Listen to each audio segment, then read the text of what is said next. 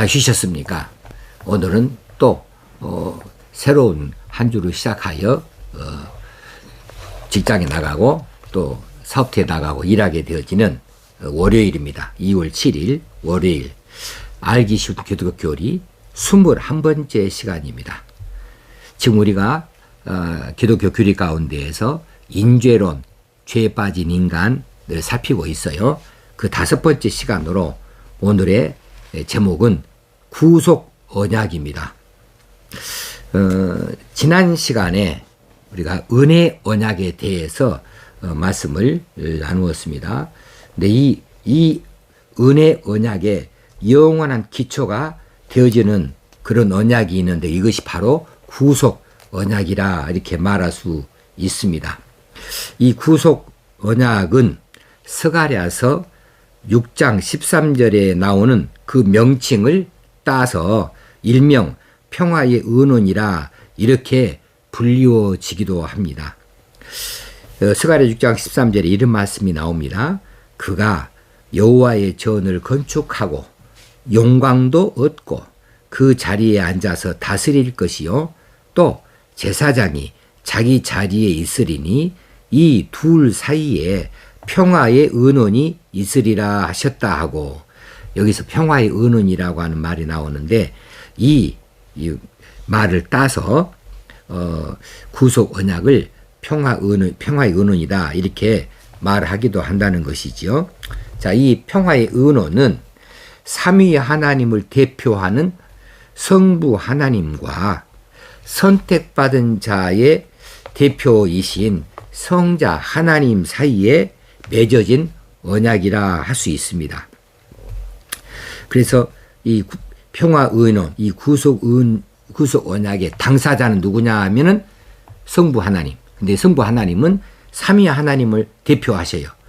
그리고 또 한 당사자는 성자 하나님이신데 이 성자 하나님이 예수 그리스도로 일하시는 그 일을 나타내요. 이것은 예수 그리스도 성자 하나님은 선택받은 자의 대표로서 하나님과 사이에서 평화 언약을 한다, 구속 언약을 맺었다 이렇게 말하는 것이지요. 그러면 구속 언약이라는 말은 구체적으로 무엇을 말하는가? 자, 그 정의를 한번 말씀드리겠습니다. 구속 언약은 성부와 성자 사이의 영원한 협정이다. 방금 드린 말씀을 다시 정리한 거예요. 성부 하나님과 성자 하나님 사이의 영원한 협정이다. 어떤 협정이냐 하면, 즉 성부는 성자에게 선택받은 백성들을 주십니다. 성자에게 성부께서 그 선택받은 백성들을 주어서 그 선택받은 백성들의 머리가 되게 하시고 보증이 되게 하신다. 이게 성부께서 하시는 역할이에요. 성자 하나님은 자원하여서 선택받은 자들의 보증으로 그들을 대신하기로 하신 것을 말한다는 것입니다. 그들을 대신한다. 그들이 해야 될 일을 성자 하나님이 대신하기로 한다는 것을 보증하는 것을 말하지요. 자, 하나님은 창세 전에 그리스도 안에서 자기 백성을 선택하셨고, 자, 이 말씀은 에베소서 1장 3절에 이미 나옵니다. 찬송하리로다 하나님 곧 우리 주 예수 그리스도의 아버지께서 그리스도 안에서 하늘에 속한 모든 신령한 복을 우리에게 주시되 곧 창세 전에 그리스도 안에서 우리를 택하사 우리로 사랑 안에서 그 앞에 거룩하고 흠이 없게 하시려고 그 기쁘신 뜻대로 우리를 예정하사 예수 그리스도로 말미암아 자기의 아들들이 되게 하셨으니 이는 그가 사랑하는 자 안에서 우리에게 거저 주시는 바 그의 은혜의 영광을 찬송하게 하려는 것이라. 예, 에베소서 1장 3절에서 6절까지를 말씀드렸습니다. 창세 전에 그리스도 안에서 자기 백성들을 선택하셨는데 자기 기쁘신 뜻대로 그렇게 선택을 하셨어요. 이 선택된 자들은 성부에 의해서 성자에게 주어졌습니다. 이것은 요한복음 6장 37절에서 예수님께서 하시는 말씀 가운데 나타나죠. 성부에 의해서 성자에게 주어진 백성들, 이것이 선택된 백성이에요. 요한복음 6장 37절 이하에 보면 이런 말씀이 나오죠. 아버지께서 내게 주시는 자는 다 내게로 올 것이요 내게 오는 자는 내가 결코 내쫓지 아니하리라. 내가 하늘에서 내려온 것은 내 뜻을 행하려 함이 아니요 나를 보내신 이의 뜻을 행하려 함이니라. 나를 보내신 이의 뜻은 내게 주신 자 중에 내가 하나도 잃어버리지 아니하고 마지막 날에 다시 살리는 이것이니라. 이렇게 말씀을 하시고 있지요. 그래서 선택된 그 백성들은 성부 하나님, 예수님께서 말씀하셨다는 아버지께서 이렇게 말씀하셨어요. 아버지로부터 그 아들에게, 성자에게 주어졌다. 아버지께서 내게 주시는 자는 다 내게로 올 것이요 내게 오는 자는 내가 결코 내쫓지 아니하리라 했습니다. 나를 보내신 이의 뜻을 행하려 함이라. 무엇이냐 하면 내게 주신 자 중에 내가 하나도 잃어버리지 아니하고 마지막 날에 다시 살리는 이것이니라. 그래서 성부 하나님께서 성자 하나님에게 선택된 그 백성들을 주셨어요. 그리고 그 선택된 백성들은 성령의 역사로 말미암아서 믿음을 갖게 되어집니다. 믿음을 갖게 되어져서 성화되어져 가지고 구원을 얻도록 예정이 되어져 있습니다. 이 예정은 아까 에베소서 1장 3절 이하에서 그 예정이란 말이 여러 차례 나오는 그 말씀을 참고하시면 되겠습니다. 자, 데살로니가 후서 2장 13절에 보면 이런 말씀이 있습니다. 하나님이 처음부터 너희를 택하사 성령의 거룩하게 하심과 진리를 믿음으로 구원을 받게 하심이니. 여기서 성령의 역사가 나오죠. 성령의 거룩하게 하심과 진리를 믿음으로 구원을 받게 하신다. 그래서 선택된 그 백성들은 성령의 역사로 인하여 믿게 되어지고 그 믿음으로 인하여 구원을 얻도록 예정되어져 있다고 하는 사실이죠. 그 백성들이 누구에게 주어졌냐면 성자 하나님의 아들, 그 아들에게 주어지는 것이라 이렇게 말씀할 수 있어요. 자, 그러므로 하나님의 구속 계획, 인류를 구원하시고자 하시는 이 구속의 경륜은 이렇게 요약할 수 있죠. 그 계획을, 경륜의 모든 계획을 누가 짰느냐 하면은 그 창시자로서 성부 하나님이 모든 그런 구도를 다 짰습니다. 계획을 하셨습니다. 그래서 성부 하나님이 창시자예요. 구속의 창시자다. 그리고 성자 하나님은 거기에 따라서 구속을 이루시는 집행자이시다. 집행자, 이 집행하는 것은 우리가 예수 그리스도의 사역을 보면은 알게 되어지죠. 어떻게 그 구속을 집행하시는지를 십자가에 달리시기까지. 세 번째, 성령 하나님은 무엇이냐 하면 그 구속을 구체적으로 적용하시는 분이다라고 하는 것을 알 수 있어요. 자, 하나님이 창세 안에 그리스도 안에서 자기 백성을 선택해 하셨습니다. 선택되어졌다. 이 선택되어진 그 백성들을 성부 하나님께서 성자에게 주십니다.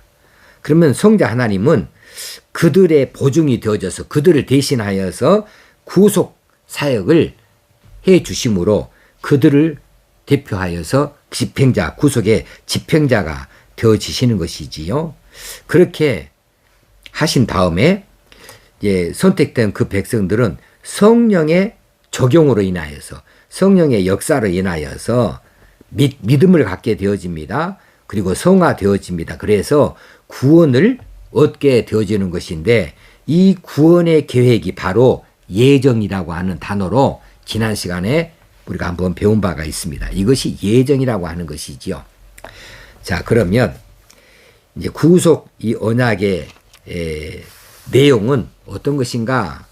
성자 하나님은 어떻습니까? 성자 하나님이 우리에게는 맨 먼저 접촉이 되어지는 부분이니까 우리를 대신하여 주셨으니까 성자 하나님은 구속 언약에 있어서 어떤 내용을 가지셔 어떤 역할을 하셔요? 그분은 아담이 타락하고 범죄하여서 이 죄의 문제가 생겨났으니까 아담이 받아야 할 이 벌을 그분이 형벌을 대신 받는 자리에 들어가시는 거죠. 그 성자는 아담의 자리에 들어와서 오셔서 대신하여서 형벌을 받아가지고 그 죄를 속하여 버린다, 없이 하여 버린다 라고 하는 그런 일을 하시는 거죠. 그래서 구속 언약에 있어서 성자의 역할은 바로 그런 구속의 사역을 하시는 역할을 하십니다. 그런데 여기 조건이 있어요.